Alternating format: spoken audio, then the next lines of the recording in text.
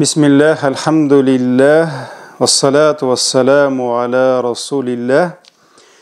Esselamu aleykum ve rahmetullahi ve berekatuhu. Aziz din kardeşlerim, biz rızıklarını hemen kengeytemiz inşallah. Hem buna kadar sizin bilen 5 ders devamında sizin bilen umum rızık hakkında söyleştik. Bugünden inşallah rızıkны kengeytүү sirlerine ayrım köşerbiz. Zariyat suresinin 22. ayetinde Allah Teala ayta: "Ve fis-semâi rizqukum ve ma tu'adun." Köktedir sizning rizqıгыз hem sizge va'da etilgen künügüz. Kökte degan söz Allah'ın takdiri bile biz köklerde bilgilendi. Hem Allah Teala sizning ömür boyuna aşısı rizqıгыз, tutası mal mülketigiz, turmuşugiz, öpkegizning har bir suluşı, yüregigizning har bir tibişi hem sizge va'da etilgen gün, yani kıyamet gününün vakıtı bütünüsü köklerde bilgili dedi. Zariyat suresi 22. ayet. Elbette rızıklarını, mal mülketlerini, özünün bendelerine Rabbimiz özü bule, ol kimge köp mü biresin, özü yaxşı bile, şulay yok, birok nerse kimgedir siyiniş, kimgedir kiyiniş bulup kile dedik. Allah Teala ol rızıklarını birüşü. Ama lakin Allah köp işte birinci adımını bizden küte. Şuna göre Müslüman kişisi takdirge salınıp Allah köp mü yazgan ol bara şunun kadar bire dip kütüp oturuğuna tügül ol rızıkны izlerge, ol tırışırga tiyiş, özünün kesibin tabırga, hünerli bulurga tiyiş. Hem İslam dini elbette her vakit şuna şakırdı. İnşallah onun turunda biz ayrım söyleşebiz. En birinci adımını Allah bizden küte. Hem kişinin kılgan gameline, tırışlığına, turmuş revuşine, köngül haletine qarab Allah nimetlerinde bire. Enfal suresi 53. ayet. Rabbimiz Allah ayta: "Zalika bi ennallaha lem yaku mugayyiran ni'meten en'amaha ala kavmin hatta yugayyiru ma bi enfusihim." Allah birgine bir halıkka da birgen nimetin özgertmez. Yani nişik ana nimet keldi, ol şolay kelir. Nindi revuşta, nindi halette alar yaşadılar, yaxşıda mı, yamanda mı, ol şol keliş kalırdı, özgermezdi. Hatta yugayyiru ma bi enfusihim, hatta alar özleri özgergençige kadardı. Yani Allah Teala bir halıkның yazmışın özgerte, qaşan ol halık tutuna özünün yazmışın özgertirge. Allah Teala bir kişinin haletin özgerte, qaşan ol kişi özü jing sızganıp tutuna özünün haletin özgertirge. Şuna göre Müslüman kişisi hareketlenirge tiyiş. Harekette bereket degenler. Rizıklarını kengeytүүnün en birinci, en zor sırrı ol kişinin yüreğindeki imanı hem takvalığı. Elbette en ilk Allah-u Teala'nın bizge bergen sıy hürmetleri keng bulsun. Alar bereketli bulsun. Hem bizge öz turmuşubuzda kuvanış, şatlık, baxtlar getirsin için elbette kul öz hocasına bulgan münesebetin sötürge tiyiş. Ol öz Rabbisi bilen dürüst etip yaşarga öğrenirge tiyiş. Yani kişinin nıklı imanı bulurga tiyiş. Kişinin takvalığı bulurga tiyiş. Takvalık yani anı indi Allah'a takva buluguz degen sözünü eşkına hatta Kur'an tercümelerinde de kile ol Allah'dan korkuguz deyip, lakin takvalık anın mağnası zorrak korkuğuna tügel. Ol Allah'ın emirlerin ötep tıyganlarından tıyılı bula. Yani senin üstündeki borçlarını ötep Allah'ın gazabından özünü saklawın takvalık bula. Şuna göre iman hem takvalık rızıklarının, mal mülketlerinin kengeyүүnün en zor sebebi. Allah-u Teala Адам баласын юктан бар кылды. Шушы кичкенә, калак тутып ашый да белмәгән зәгыйф сабыйга ярдәмгә бер ягыннан әтисен, әнисен, әбисен, бабасын бирде. Аңа ашау өчен ризык, эчәр өчен сулар, сулар өчен хавалар бирде. Хәрәкәтләнергә аны аяклы, куллы итте, күрү өчен күз, ишетү өчен колак һәм башка бик күп күпме генә санасак та санап бетерә алмаслык сый-хөрмәт, нигъмәт бирде. Һәм ничек Аллаһы Тәгаләнең шушы бәндәсе Аллаһының җирендә йөреп, Аллаһының кояшы астында яшәп тә, ул биргәнне ашап, ул биргәнне ишеп, ул биргән белән күреп тә нәрсә? Аллаһы Тәгаләгә каршы баш күтәрә. Тәкәбберләнеп, борынын чия, аның әмерләренә буйсынырга теләми, ул тыйганнардан тыелмый. Һәм өстәвенә Аллаһы Тәгаләдән тормышның бәхет ярмасын, рәхәтен көтеп утыра ала. Әлбәттә, Аллаһ тормыш бәрәкәтен, дөнья бәхетен, ахират бәхетен үзенә иман китереп, аңа буйсынып, итәгать кылып яшәгән кулларына гына бирә. Һәм менә шушы бәхет ярмасы салынган сандыкның да ачкычларының кайда икәнен, кайда яшерелгәнен Аллаһ Әл-Әгъраф сүрәсенең 96-нчы аятында әйтә. Аллаһ Тәгалә әйтә: "Вәләү анна әһләл кура аману ваттақау". Субханаллах.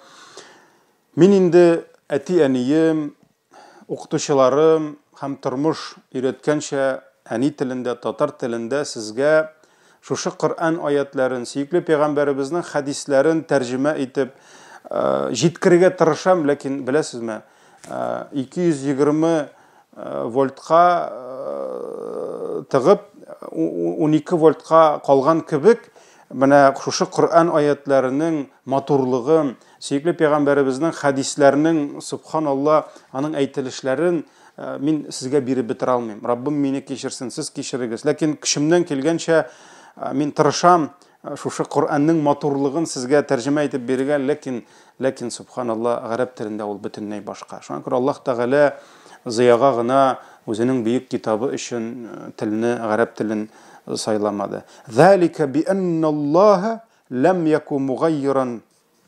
Мин инде хисләнеп икенче аятка кирип киттем. Вәләү анна әһләл кура аману ваттақау. Әгәр дә монда инде әйтелгән авыл әһелләре дигән, ләкин айырма юк, авыл әһелләре булсынмы, шәһәр әһелләреме. Әгәр алар иман китерсәләр, Аллаһ Тәгалә иң беренче шартны куйды: иман китерү. Аллаһының барлыгын тану, Аллаһының берлеген тану, аның безгә хәбәр иткән илчеләрен җибәргән тану, фәрештәләрен тану, тәкъдиргә иман китерү, җәннәт, җәһәннәм, кыямәт көненә иман китерү, аның китапларына иман китерү. Ягъни иң беренче Аллаһ Тәгалә әйтә: әгәр авыл һәм шәһәрләрдә яшәүчеләр миңа иман китерсәләр. Ваттақау, иман китерү генә җитми, ягъни мин иманлы дип кенә булу җитми, Аллаһның әмерләрен үтәргә кирәк. Аллаһның тыйганнарыннан тыелырга кирәк. Бүген безнең шушы татар халкының, күпчелек халыкның проблемасы нәрсәдә? Әлхәмдүлилләh, Аллаһка ышанабыз кебек. Аллаһка кайтабыз кебек. Я Раббым, син бар, син мине юктан бар иттең. Әйе, Раббым, моны да син бирдең, моны да син бирдең. Әйе, Аллаһ бирүче дип тә таныйбыз кебек. Ләкин нәрсә дибез? Я Раббым, мине яшәргә өйрәтмә инде. Мин ничек тә булса үзем беләм, үзем яшим дип, шуның белән без бәхетле булмакчы булабыз, ләкин хәсрәткә төшәбез. Менә Аллаһ Тәгалә шуңа күрә нәрсә ди? Иман һәм изге гамәл. Синең иманың гамәлеңдә, тормыш рәвешеңдә чагылырга тиеш. Син Аллаһның әмерләрен үтәргә тыйганнарыннан тыелырга тиеш. Шуңа күрә ике шарт куйды. Әгәр авыл һәм шәһәрләрдә яшәүчеләр миңа иман китерсәләр, ваттақау, һәм тақва булсалар, әмерләремне үтәп тыйганнарымнан тыелсалар, карагыз, Аллаһ Тәгалә әйтә: "Лафатахна алейхим" ди. Һич шиксез ди. Шикләнә күрмәгез ди. Без аларга ашар идек ди. Ашар идек ди. Баракатин минәс самаи вал ард. Күк бәрәкәтләрендә һәм җир бәрәкәтләрендә. Ягъни күкләрнең дә, җирнең дә бәрәкәт капкаларын ашар идек ди Аллаһ Тәгалә әйтә. Ашар идек ди. Ләкин ник ашмый? вәләкин кәззәбу. Ләкин алар ялганга санадылар. Алар Аллаһыга иман китермәделәр. Алар аның китапларына иман китермәде. Ягъни алар дин юлын, иман юлын, хакыйкать юлын ялганга санадылар. Вәләкин кәззәбу фәәхазнахум бима кану яксибун.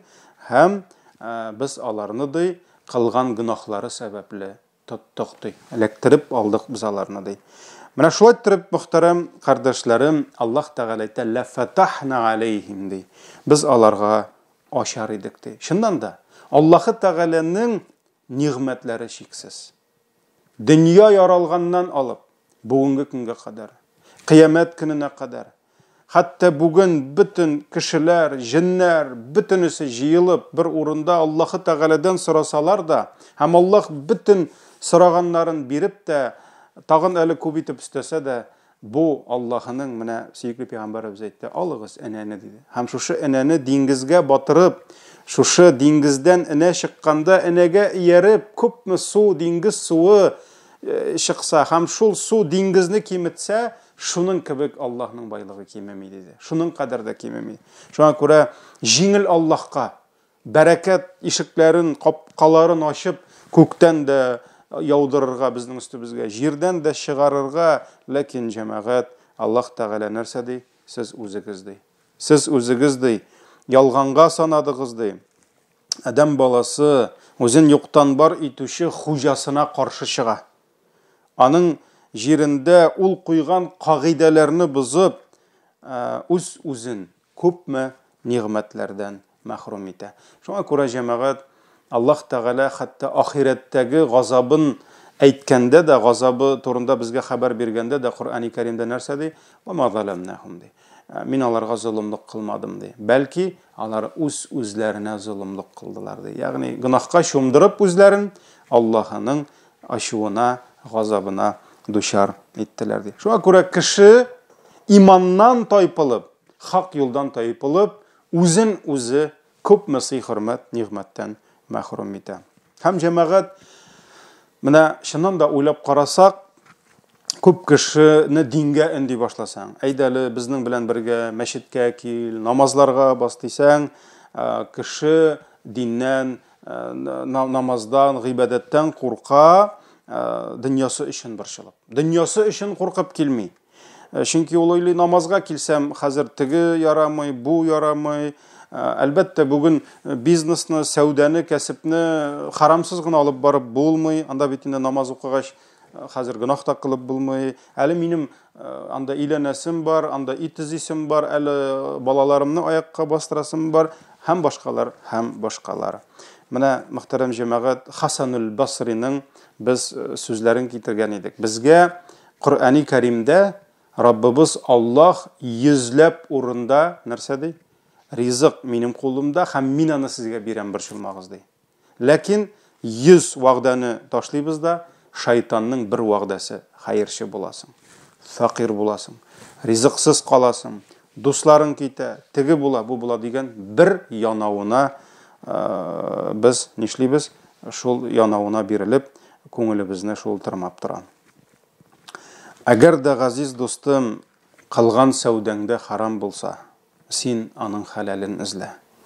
Әгәр гаиләңә алып кайта торган малыңа, ризыгыңа кемнеңдер рәнҗеше, күз яшы ияреп кайтса, ул малны гаиләңә, балаңа алып кайтма.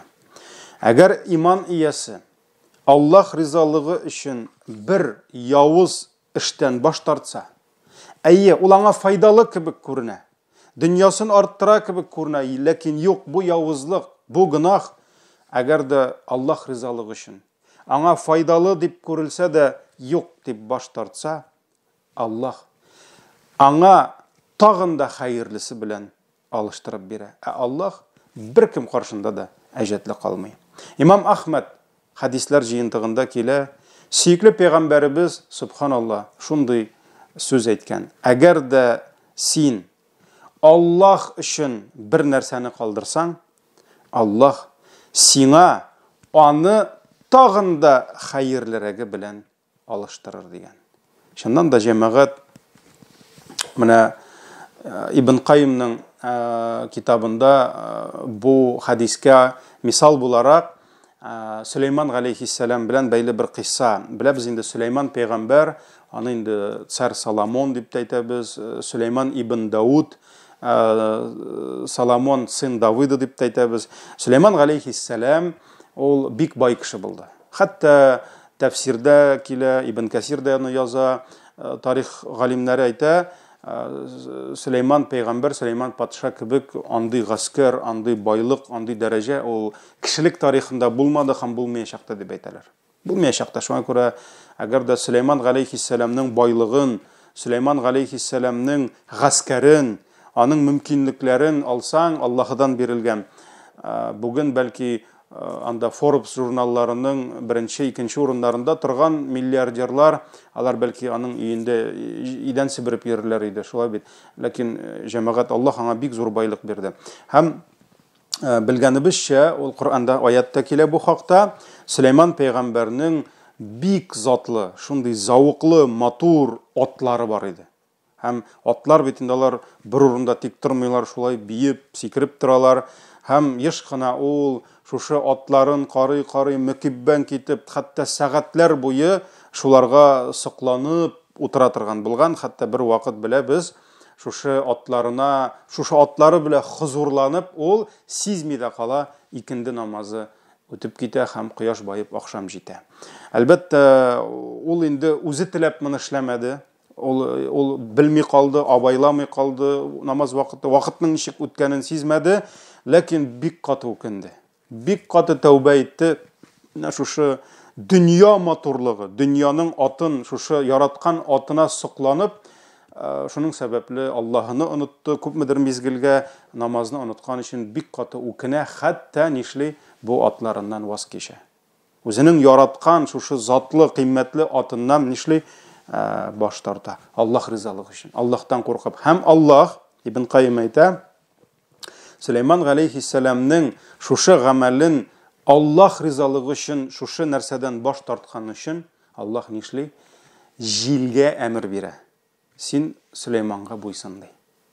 Һәм атсыз калган Сөләйман аны җил утыртып үзенә йөри башлый. Беләбез, Сөләйман галейхиссалам ул инде аңа һәрбер пәйгамбәргә мөгъҗизалар бирде. Аллаһ Тәгалә, шуңа күрә кемдер уйламасын, мин дә хәзер машинамны кемгәдер бүләк итәм дә, аннан соң мине җил генә күтәреп бирер дип, әлбәттә без гади кешеләргә андый нәрсә бирелми, ләкин Аллаһның вәгъдәсе бар. Җил үз аркасына утыртып йөри башлаган Сөләйман галейхиссаламны, шуның кебек, әгәр дә Аллаһ ризалыгы өчен бер сиңа файдалы кебек, матди яктан, башка яклардан файдалы кебек тоелса да, ләкин аның нигезендә харам ята икән, бу эштән баш тартсаң, Аллаһ сиңа хәерләрәген бирә. Шуңа күрә дөнья ул бер кашанда сынаусыз булмый. Аллаһ Тәгалә еш кына безнең шулай иманыбызны, ихласлыгыбызны сынап тора, кай вакыт авырлыклар бирә, кай вакыт безгә шундый безне алдый торган, кызыктыра торган нәрсәләр белән сыный. Менә бер кешегә танышы шалтыратты, дусты килеп, ниндидер җиңел итеп акча эшләү юлларын тәкъдим итте. Бүген дә бит кемдер наркотик сатып байымакчы була, кемдер кеше алдап байымакчы була, кемдер ниндидер төрле пирамидалар ясап, ягъни эшләмәс өчен бөтен нәрсәне уйлый. Шулай бит. Бер караганда ләни эш авыр түгел, калькуляторына басып караса, саннар да субханаллах файдалы булып күренә, ләкин ни караса, ни күрсә, моның нигезендә кемнедер алдау ята, кемнеңдер рәнҗеше ята. Моның нигезендә явызлык, харам ята. Һәм Аллаһның байлыгы шиксез. Әгәр Аллаһы куйган шикләрне сакласаң, калькулятор сиңа булды, ал бу эшне эшлә дип әйтсә дә, намусың, иманың әйтә икән, юк, монда Аллаһның харамы, менә шушы Аллаһ куйган шикләрне сакласаң, ул сиңа, синең башыңа да килмәгән, синең уеңа да килмәгән җирләрдән ризык капкаларын ачачак. Әллә кемнәр сиңа язылган ризыкны күтәреп киләчәкләр. Аллаһ Тәгалә әйтә: "Ваман яттақиллаһа ядж'ал лаху махраҗа." Кем Аллаһыга гынах кылудан сакланса, нинди генә эш кылса да, кем белән генә эш итсә дә, кая гына яшәсә дә, кая гына булса да, Әгәр ул Аллаһы Тәгаләгә гөнаһ кылудан сакланса, нәрсә? Яҗ'аллаху махраҗа. Аллаһ аңа чыгу юлын күрсәтә. Аллаһ аңа бирә чыгу юлын. Күрсәтә, ишекне ача. Ва ярзуқху мин хайсу ла яхтасиб. Һәм Аллаһ Тәгалә аңа hiç көтелмәгән, ул көтмәгән, ул өметләнмәгән җирдән ризыгын чыгарып бирә. Бу Коръәндә Талак сүрәсе 2-3 аятларда килә. Шуңа күрә шикләнмә. Аллаһ өчен нәрсәнедер калдырдың икән, ул сине ташламас, ярдәменнән калдырмас. Аның ризык капчыклары, әлхәмдүлилләһ, шиксездер. Һәм киресенчә, адәм баласы иман юлыннан тайпылып, баш аяк гөнаһка чумып, кемнедер рәнҗетеп, кемнедер кимсетеп, кемнеңдер хакына кирип, әгәр дә ул шушы гөнаһ юлдан тәүбә итмәсә, китмәсә, ул үзен Раббысының күпме нигъмәтеннән, сый хөрмәтеннән мәхрүм итә. Шуңа күрә сөйкле пәйгамбәребез әйткән, кеше кылган гөнаһы сәбәпле үз ризыгыннан мәхрүм кала ди. Ягъни, бәлки ул ризык аңа килмәкче буладыр, әмма ләкин аның шушы кылган гөнаһлары таш булып шушы ризык юлына ята. Аның кылган явызлыклары тимер, таш, кыйма булып килеп баса, агач булып баса, нишли ризыкны аңа кертми. Һәм менә монда җәмәгать тагын бер кызыклы нәрсә бар. Минемчә, бу да сезгә файдалы булыр, һәрберебезгә дә. Кайчак әйткәнебезчә, Аллаһ Тәгалә безне сыный. Кай вакыт Аллаһ Тәгалә кешегә язылган ризыгын махсус, урысча әйткәндә, специально аны сынау өчен бераз тоткарлап тора. Әйткәнебезчә, язылган ризык ул тешне сындырып булса да керә. Хәтта бу хакта шундый ни бар, бер кешегә әйткәннәр дә, менә ди, язылган ризык ул тешеңне сындырып булса да керә ди. Ул чикерсен инде ди. Менә мин теләмим икән, ул керми ди. Тегин астаз әйтә икән, керә, теләмәсәң дә керә ди икән. Шуннан соң бу әйткән, менә хәзер күрсәтәм мин сезгә ди икән. Шуннан бу бер нәрсә дә ашамыйм, эчмим дип, шулай урамга чыгып утырганда, утыра икән. Хәзер ярар 1 сәгать утырган, 2 сәгать, менә күрәсезме ди икән, бер нәрсә керми.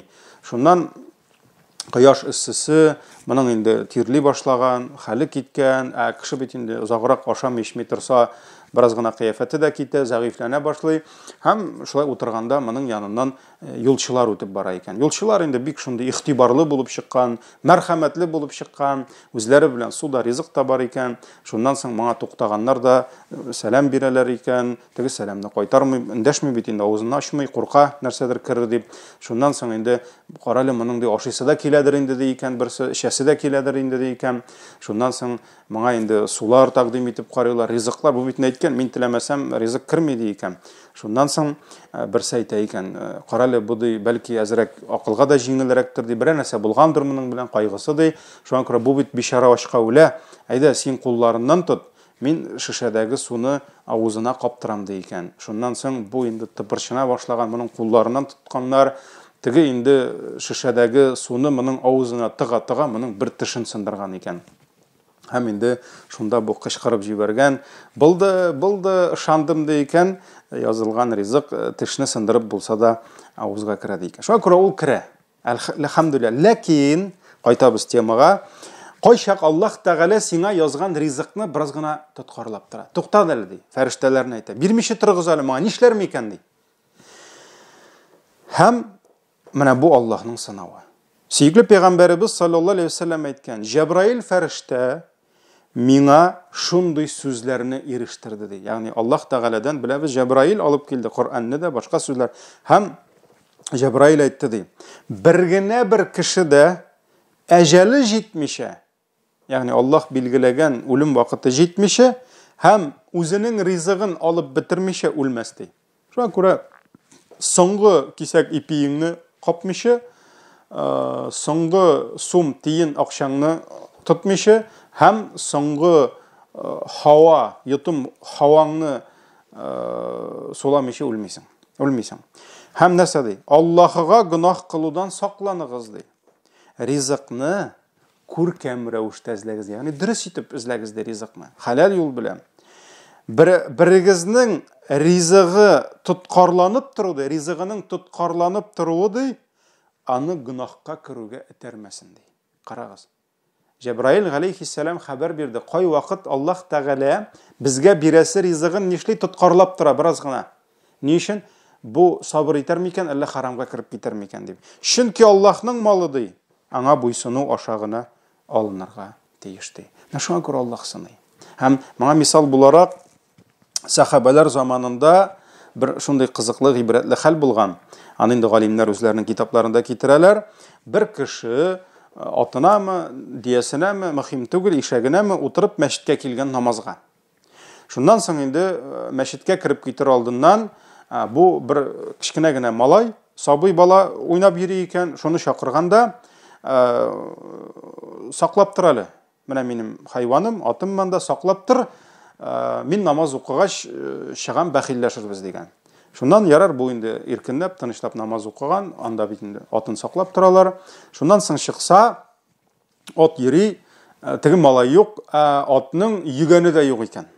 Үздешкесе дип әйтәбез инде, юк икән.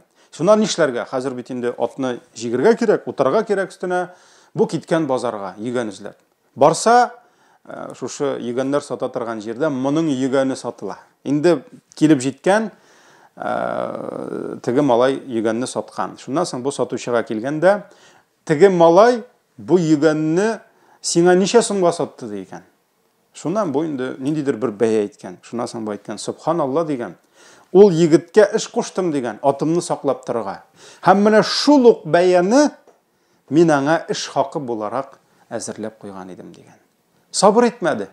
Әз генә сабыр итсә, шушы язылган акчасы аңа халал юл белән дә керә иде. Ләкин ул аны харам юл белән ашыгып алды. Менә шуңа күрә җәмәгать ризык алганда халал юл белән һәм сабырлык та кирәк. Аллаһ язган ризык ул килә иншалла. Инде бүгенге вагаз насихатның ахырында шуны әйтәсем килә.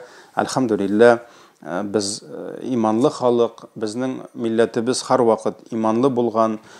Әби-бабайларыбыз, Аллаһ Тәгалә аларның рухларын кичерсен, гафу итсен, каберләрен нурландырып киңәйтсен, җәннәт бакчасы итсә иде, һәм безгә алар өчен һәр вакыт дуа кылып яшәргә насип итсә иде. Алар әлхәмдүлилләh 1000 елдан артык вакыт үзләренең диннәрен, иманнарын саклап килделәр. Аллаһ Тәгаләгә тугры калырга тырыштылар. Әллә алар төрле авырлыклар күрмәгәнме? Әллә алар сынауларны үтмәгәнме? Әлхәмдүлилләh, безнең әби-бабайларыбыз әллә нинди хәсрәтле ачлык чорларында да, дәһшәтле сугыш елларында да намазларын, дугаларын калдырмаганнар. Әллә нинди фақир, хәерче заманнарда да харамга кирергә тырышмаганнар. Үзләренең иманнарын, үзләренең тақвалыкларын саклаганнар. Ләкин без бүген нинди мул, нинди киң дөньяда яшибез, шуларның оныклары, аларның нәселләре, шуларның исемнәрен фамилия итеп йөртәбез.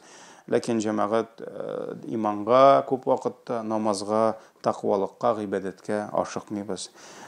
Күбрәк дөнья малы булмасмы дип, Аллаһ Тәгаләнең дә кануннарын күрмибез, дәүләт кануннарын да бузырга әзербез. Шуңа күрә Аллаһның бәндәсе Аллаһының җирендә Аллаһка кайтмыйча, бер качанда аның күңел тынычлыгы, бер качанда аңа менә шушы Аллаһ вәгъдә иткән бәхет, сәгадәт ул булмаячак. Шуңа күрә Раббим безне кыйблабызга кайтып, иман белән, тақвалык белән яшәргә насип итсен, һәм инде тапкан малларыбызның, яшәгән тормышларыбызның, үстергән балаларыбызның бәрәкәтен, куанычын бирсә иде. Исән, имин булыгыз. Ва саллиллахумма аля набийина Мухаммад ва аля алихи ва асхабихи аҗмаин. Ассаламу алейкум ва рахматуллахи ва баракатуху.